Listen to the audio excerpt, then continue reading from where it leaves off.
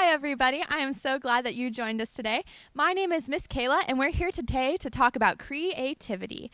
Creativity is imagining everything that you can do because you're made in God's image. God is more creative than we could ever imagine. And we know that He's creative because we can see the world that He made all around us. So today, we're going to check out the creation story in the book of Genesis, the very first book of the Bible. Let's check out this week's video to learn all about God's creativity. The Bible. It's 66 books of history, stories, letters, and poetry that fit together to form God's one big story. The epic adventure of how He created us and loves us so much that He made a way to rescue us. As we travel through the Bible, from Genesis to Revelation, we discover people who met God and found their lives changed forever. Now, for an amazing story, inspired by the book of Genesis, chapters 1 and 2. In the beginning, the very beginning, before the first breath, before the first flash of color, before the first moment in time, there was nothing. Nothing. Nothing except God.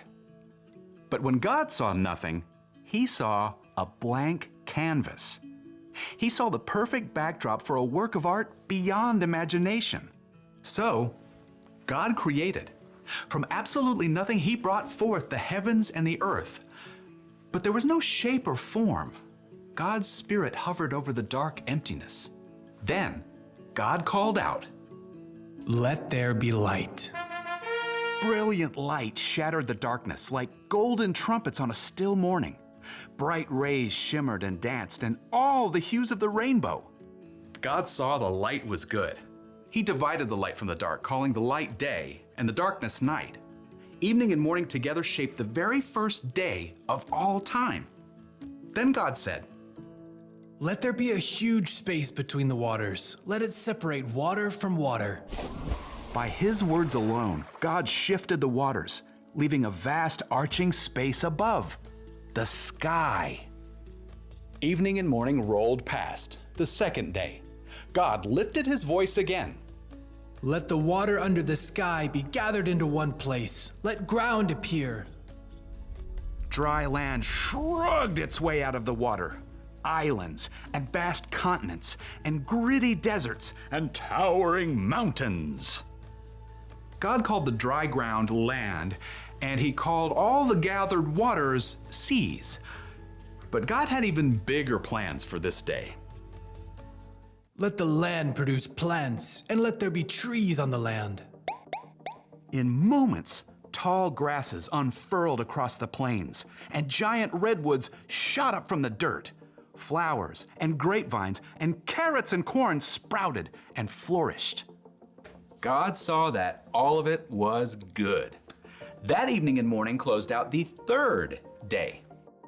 "Let there be lights in the huge space of the sky. Let them separate the day from the night." At the sound of God's voice, the blazing sun exploded into being. The silvery moon spun out. Stars and galaxies flooded into space, filling the universe. Pew, pew, pew. God set the sun to rule the day, and the moon to rule the night. And God saw it was good.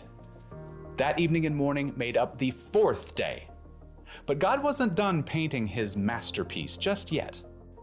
"Let the seas be filled with living things. Let birds fly above the earth and across the huge space of the sky." Instantly, the seas and rivers and ponds writhed with dolphins and octopi, salmon and minnows. Eagles soared and bluebirds nested, while ostriches stretched their long necks. God saw they were good. That evening and morning formed the fifth day. But God kept working on His creation. "Let there be livestock and creatures that move along the ground and wild animals." At once, animals of every kind appeared. Elephants thundered through the forests, and squirrels darted up tree trunks. Monkeys chattered, and pigs rolled happily in the mud. God saw it was all good. But he had one more creation in mind. Let us make human beings so that they are like us. Let them rule over the fish and the birds. Let them rule over all the animals. Then, with his own hands, God formed the very first man and the very first woman, Adam and Eve. I'm me. And you are you.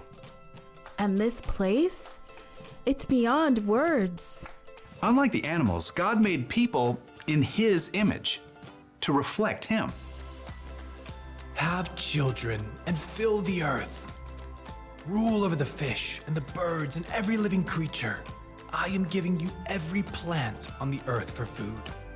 God looked over everything he had created and saw that it was very good. That evening and morning were the sixth day. And on the seventh day, God rested. I mean, his work was finished. His glorious creation was complete. But because God had formed people in his image, they too could reflect his imagination and creativity. The possibilities ahead of them were endless.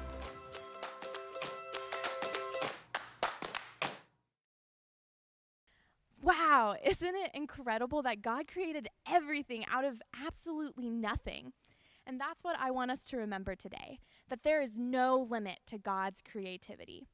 In our video, we saw that God created a whole lot of amazing things that we can see and enjoy every single day. But I am most thankful for the very last thing that he created, people. And he made people in his image. So remember, there's no limit to God's creativity. And if God made us to reflect him, guess what?